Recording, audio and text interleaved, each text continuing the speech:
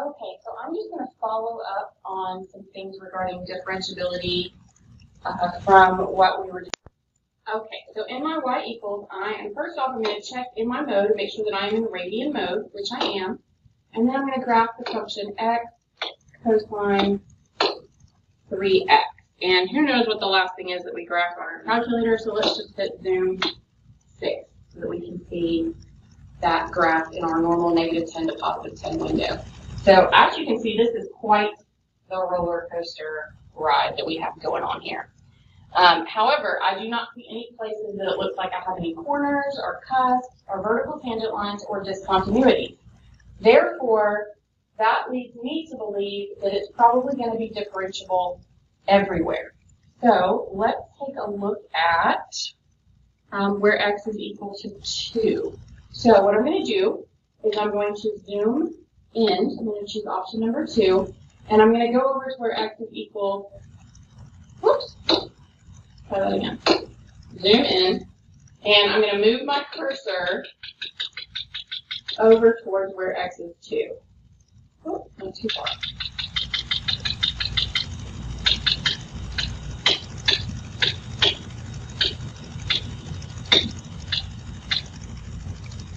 And I want to go up and actually be on my function at that spot.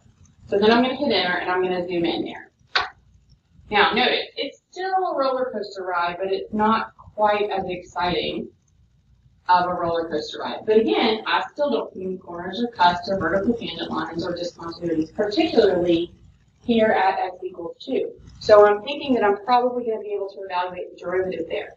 So I'm going to zoom in some more. Again, up on my function, as close to an x value of 2 as I can get. So that looks pretty good right there. Okay, so if I zoom in again, that's a very boring roller coaster ride at this point. Okay, but again, no corners, cusps, or vertical tangent lines there at x equals 2. So I'm going to go up to my function again, close to where x is equal to 2, and I'm going to zoom in one more time. This hopefully should do it for me. Okay, now that's not perfect, but I bet if I zoomed in one more time, you'd understand where I'm going with this. We started off with a graph that was a crazy, crazy roller coaster ride, and now we have a graph that's basically a line. And I bet if I zoomed in one more time, it would be a straight line. That's what local linearity means. Because the derivative exists for this function, x cosine 3x, at x equals 2, that means that my function is locally linear there. If I just magnify right in super, super close to x equals 2, then my function looks locally, so only in that region, to be a straight line. Okay, so another way that that could be helpful is if we were looking at some place that we felt like the derivative did not exist. So for example, we're going to go back to our graphs now, and let's graph, we're going to do absolute value of x plus 1. And I'm going to hit zoom 6 because our window is all kinds of crazy now from that last graph. Now, I can tell that there is a corner at x equals 0. So therefore, my derivative should not exist at x equals 0.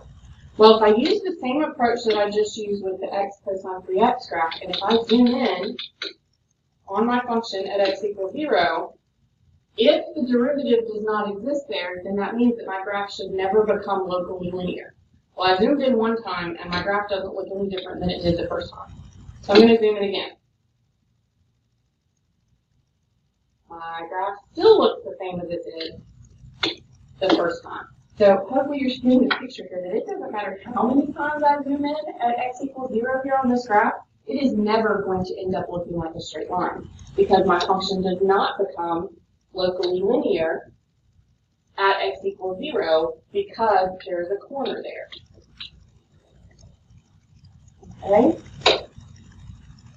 The next thing that I'm going to show you how to do on your calculator is to compute a numerical derivative. So your calculator will actually evaluate derivatives for you. However, it will only do it if you're trying to find the value of a derivative. So you can't like put an equation in and it spits out the equation of the derivative. But what you can do is you can put a function in and it'll evaluate the derivative for a particular x value. So let's just do a real simple x cubed, and we're going to first evaluate it for an x value of 2. So to find the derivative, you're going to press the math button. You're in your normal window. You're going to press the math button, and you're going to go down to option number 8 for in derivative. Now, depending on the type of calculator you have, you should see one of two things on your screen. Some of you may see a screen that looks just like mine. If you don't, just sit tight for a minute, and I'm going to show you the way yours may look and how to type that in just a minute. So if it's written like this, it's really helpful because it's really kind of the same way that it'd be written on your paper. So remember, we call a derivative dy over dx or df over dx. So hopefully that helps you to realize that that first box that's blinking there needs to be an x. So you just press the x button. Then it takes you to the next box. That's where you type in your function. So we're doing x cubed. And then the last box that you type in is the x value that you're trying to evaluate the function at. So we want the derivative at 2. And then it spits it out for you. So the value of the derivative of x cubed when x is 2 is 12. Now, I'll show you that algebraically, f prime of x would be 3x squared. If you substitute 2 into that, it'd be 3 times 2 squared, which is 12. So I'll let you try it for yourself for when x is 10. But I also want to look at, what if I did that again with the absolute value graph when x is 0. So my calculator, all the way, maybe.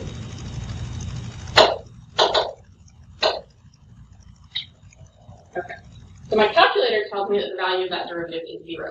Now hopefully you remember that we discussed the fact that there is a corner at x equals 0 on the absolute value graph. So there actually is no derivative there.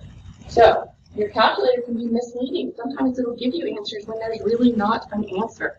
So you have to know what those graphs look like, or you have to take the time to graph the function, look at that particular x value and say, do I see any corners, cuts, vertical tangent lines, discontinuities?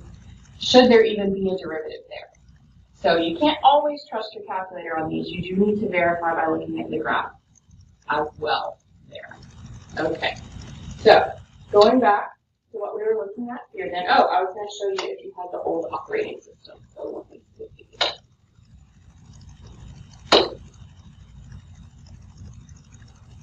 That's not going to show me on here. Okay. So I'm going to write it out for you. If you have the old operating system, then when you pressed math 8, you should have seen deriv and then a parentheses. So the order that you're going to type things in after that, you're going to type in whatever your function is, and then you're going to press the comma button, and then the x button, and then the comma button, and then whatever your number is that you're wanting to evaluate it at. So for f prime of 2, you would have deriv x to the third, comma x, comma 2. And it would spit out 12 for you. So that's if you have the old operating system. And if you have a TI-84 calculator and you would like the newer operating system, the one that I was showing on the screen a minute ago, you can bring your calculator to me anytime and I will update that for you. Unfortunately, if you have a TI-83, there's nothing I can do about your operating system. You're just stuck with what you have. Sorry.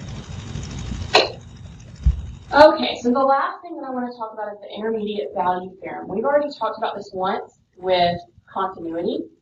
That was where if we had some point A and some point B, whatever the y value was at A, whatever the y value was at B, if the function was continuous from point A to point B, then we knew we had to have every y value in between. So, for example, if this point was 0, 2, and this point was 5, 12, then regardless of what my graph actually looks like from the beginning point to the ending point, as long as I knew that my graph was continuous, then I would know that somewhere from my first point to my second point, I would have a y value for every number between 2 and 12. So there would be some place with a y value of 7, some place with a y value of 3.4, all of those different numbers. Hopefully that rings the bell from the last unit. So the intermediate value theorem for derivatives works pretty much the same way. If your graph is continuous, and differentiable for whatever the interval is, then whatever the value of the derivative is at the beginning, and whatever the value of the derivative is at the end of that interval, you have to cover every number in between there. So at the beginning of my interval, I have a derivative value of 11. That means that my graph has a slope of 11 at x equals 4. At the end of my interval, I have a derivative value of negative 13. That means that my graph has a slope of negative 13 at the end of the interval. What the intermediate value theorem tells me is that every number between 11 and negative 13 is represented somewhere between 4 and 7. So when the question says which of the following could be the value of g prime of 5, it doesn't mean it has to be. But of my 4 choices, this is the only number between 11 and negative 13. So I feel confident in saying that it could be negative 9. It doesn't mean that it's not any of the other 3 choices. It just means that B is the only one that for sure has to occur somewhere between x equals 4 and x equals 7. Okay, so that wraps up differentiability for you. I hope that this all makes sense and you feel pretty confident going into your quiz on this material.